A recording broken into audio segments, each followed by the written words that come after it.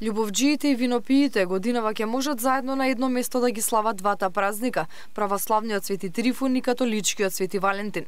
Фестивалот Валентин за Трифун, кој се одржува за прв пат, има за цел да ги спои во едно модерното и традиционалното. На плоштадот Македонија, скопјани вечерва ќе можат да уживаат во добро вино и храна, зачинето со богат музички репертоар за сите возрасти. Она што е интересно, посетителите ќе можат да се возат со пајтон.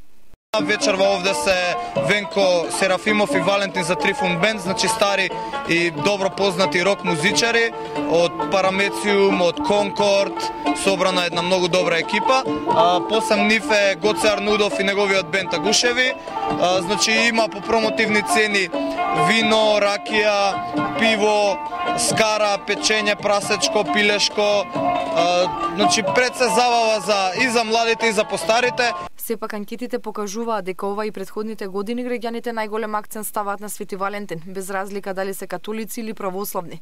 Модерните и екстремно комерцијални времења денешниот ден го поврзуваат најчесто со прекумерно трошење на пари, преку купување на цвеќе, ефтини но и скапи подароци, праќање на SMS пораки, електронски честитки, славење по кафеани.